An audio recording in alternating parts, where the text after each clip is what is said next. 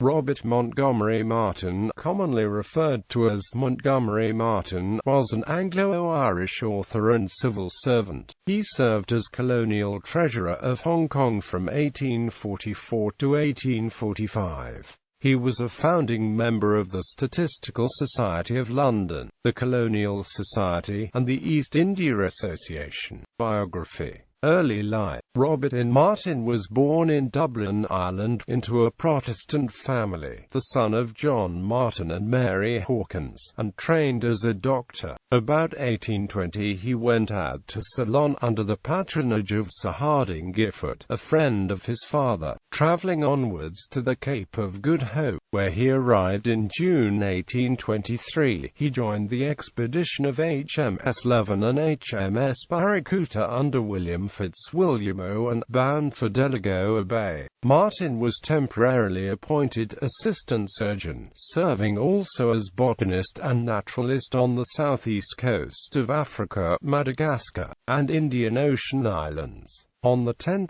November 1824 Martin left the expedition at Mombasa and by way of Mauritius made his way back to the Cape. Later he set sail for New South Wales, returning to India around the end of 1828, living there for a year, before sailing back to England in 1830. Writer. Martin became a writer. According to his own account, in 1840 he had for 10 years been studying of colonial questions, and published 50,000 volumes on India and the colonies. In 1838 he was assigned an office in Downing Street, and in the course of a year brought out his work on the statistics of the colonies, compiled from official sources but without official support.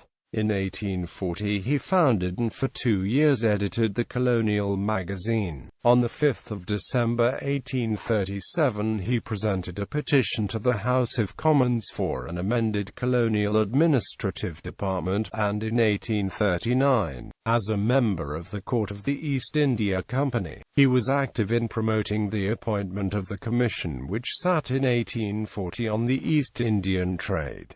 Martin was a prominent witness, official. In January 1844 Martin was appointed treasurer of the newly acquired island of Hong Kong, where he was also a member of the Legislative Council. He continued to write, and was in poor health. In May 1845 he disagreed with the governor on the question of raising revenue from opium, and on being refused 6 months' leave, resigned in July 1845. In his reports he insisted that Hong Kong was as a British colony doomed to failure. After making unsuccessful efforts to induce the Secretary of State to reinstate him, Martin returned to a literary life near London. In 1851 he went to Jamaica on a mission to report on the affairs of 2 mining companies operating there. Family. Martin married Jane Avis Frances Keith in 1826.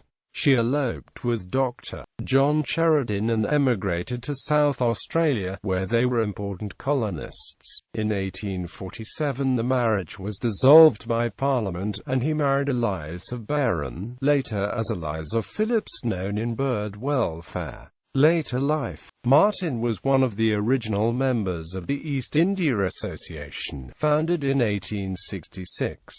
He died at Wellesley Lodge, Sutton, Surrey, on 6 September 1868. Works. The history of the British colonies was completed in 1831. He obtained an introduction to the King, and on showing his book, received the King's permission to dedicate it to him. It did not appear till 1834, in 5 volumes. Meanwhile, Richard Wellesley, 1st Marquis Wellesley, entrusted him with the preparation of his papers for publication, as the Marquis of Wellesley's Indian Dispatches, 5 vols. 1836, and the Marquis of Wellesley's Spanish Dispatches, 1840.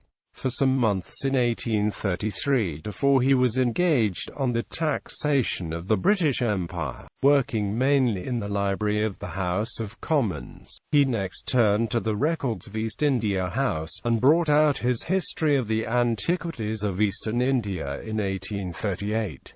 Other works were Political, Commercial, and Financial Condition of the Anglo-Eastern Empire, 1832. British Relations with the Chinese Empire, 1832. Analysis of the Parliamentary Evidence on the China Trade, 1832. Ireland as it was, bullshit and ought to be, 1833. Past and Present State of the Tea Trade, 1833. East and West India Sugar Duties, 1833. Poor Laws for Ireland, A Measure of Justice for England, 1833. Analysis of Parliamentary Evidence on the Handloom Weavers, 1834-5. Analysis of the Bible, 1836. The British Colonial Library, 10 vols. 1837. The Colonial Policy of the British Empire, pt. I. Government, 1837. The Statistics of the British Colonies, 1839. The Monetary System of British India, 1841. Ireland before and after the Union, 1844. Second edit. In 1848. Steam Navigation with Australia, 1847.